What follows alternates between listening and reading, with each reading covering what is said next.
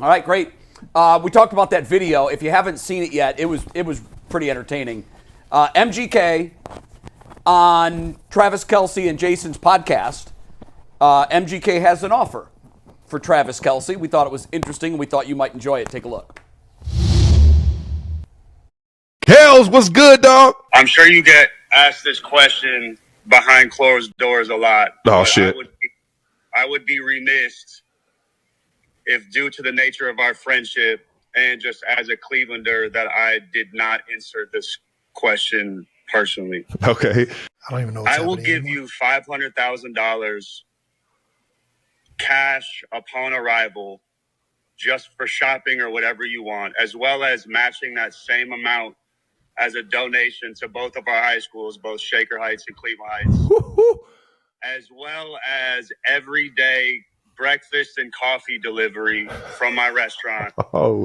If you would just come home and put on these colors right here. You know that was the original dream, dog. You know that was the dream. Come on home, Trav. When the contract is up, come home, put these colors on, and rock the city. Hey, I'll tell you what, man. That is an intriguing offer. It is an intriguing offer because you know how much we love the east side of Cleveland, the Heights, Shaker Heights, Cleveland Heights. You already know, brother. I'm not gonna lie. Situation's pretty good in Kansas City. I'm there with a briefcase like this just for shopping. On arrival. That shit's legendary, man. You already know. That was the original dream, though. You already know when they brought the team back. Like I remember. I think I cried in Coach Chudzinski's face when I was getting drafted to please let me fucking play for Cleveland. It was like one of my dreams to play for the Browns. But my fingers crossed, and you don't have to. There is no decision that needs to be made right now. But just know my offer is real and it's on the table. And I'll take the season. I'll make beats in the locker room every day. You already know. Set up a studio in the closet if that's what needs to happen to make Travis come home and Choo, man. You already know, man. I'll tell you what. I'll consider it if Jason considers it too, though. Except y'all got to split the $500K. Yeah, no, I get it. That's just my own. That was just personal shopping money from my own account. So y'all got to split that. You already know. It's Heights. It's the Heights, Cleveland Heights, Shaker Heights. We just split it 5 pieces. I'll see you soon, Trav. I'm sure I'll be I'll be sending you all the new music since you every time, dog. You know I'm still rocking with everything. My secret muse for sending music and seeing what's working and what. You know the real ones that get back to you, dog. You're the best, bro. Yeah. I appreciate you giving the shout. Shout out to Cleveland. Shout out to the Browns. Shout out to the East Side forever, baby. Yeah, baby. Later. Pains my heart to hear hurts. him say that was his dream, and he was crying to the Browns. Please draft me. Hey, man, I'm so happy, man. Like, listen, we really made a deal, though. Like, we really did get Kelce, right? The black people did. Wait a minute, what? We traded Will Smith for Kelce in the second round.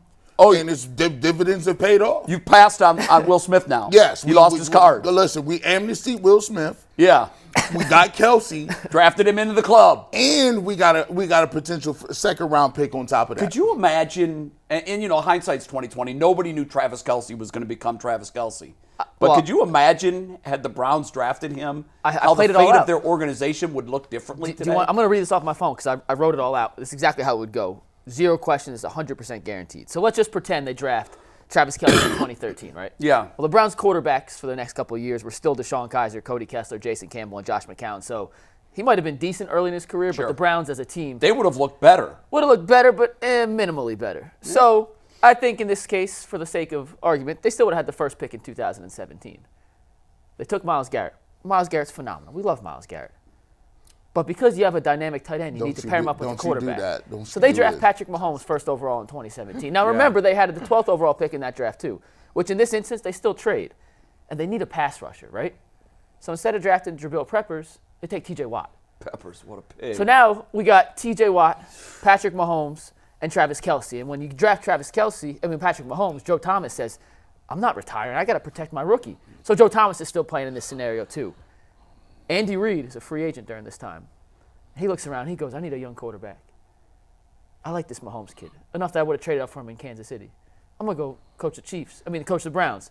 We win 7 straight Super Bowls. Oh, wow, 7. 7 straight. You tell me they still draft Nick Chubb the next year. You win the Super Bowl from 2018 to 2023, and we are still looking good. Had the Browns drafted Travis Kelce in 2013, he would have been throwing to Patrick Mahomes with Travis Kelce. Josh Gordon sticks around. He lays off the weed because he's so good. The team's winning. You don't need weed when you're winning. Oh, my goodness. You still get Denzel Ward. He would have been as depressed. It's the city of champions. Kelce overtakes LeBron James as the most popular Cleveland homegrown athlete ever. The Browns have so much money from 7 Super Bowls that Jimmy Haslam buys a house on the moon and leaves forever. And the second richest man I know, Jay Crawford, buys the Browns. Now Jay's running the Browns in this scenario. Jimmy Haslam's on the moon, and we just win Super Bowls year after year after year. No, I'm not year. buying the Browns. That will go to Matt Collig. Did you just turn Jimmy Haslam into Dr. Manhattan? A little bit. He moved him to the moon. I just moved him to the moon. Yeah, just a little Moved him bit. to the moon. Anthony, that was for you. I see you back there. He was you, like G. left. It was like, oh my God, that was a reference. He was the only one in this room that got the reference. I just said yes. did get the I reference. just He could've said laughed and anything nodded else. my Yeah. head because I figured it had something to do with that. Yeah. Could you imagine? You said the best part of that was he would actually have overtaken LeBron James as the most popular homegrown Cleveland athlete. If you won 7 Super Bowls, I think that's undeniable. Yeah, that's the, Yeah, the that would- caveat, but yeah. My goodness, I don't think it would have been all that, but Fine. I think we would have been relevant. Let's compromise. 6 Super Bowls. Okay, And if they knock sign- it down from 7. If they sign him when he is done with being in Kansas City, just think he could take all the direct snaps he can have.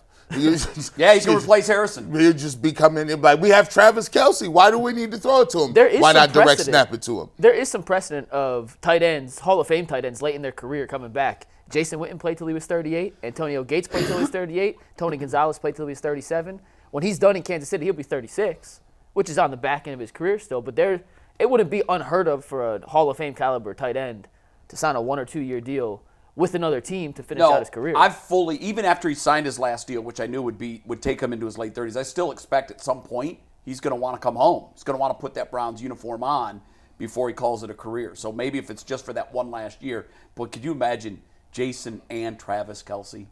And the difference I mean, those guys are homegrown guys. Yeah. And I know Bull would, of course, argue. He would say, Mike Webster. His veins would pop out. Yeah. The whole thing, it would be nasty. But, I think both are in the discussion for the greatest to ever play that position. I don't know enough about centers. I'll be honest, like the old centers from the 60s and 70s, sure. Jason Kelce's as good as I've ever seen.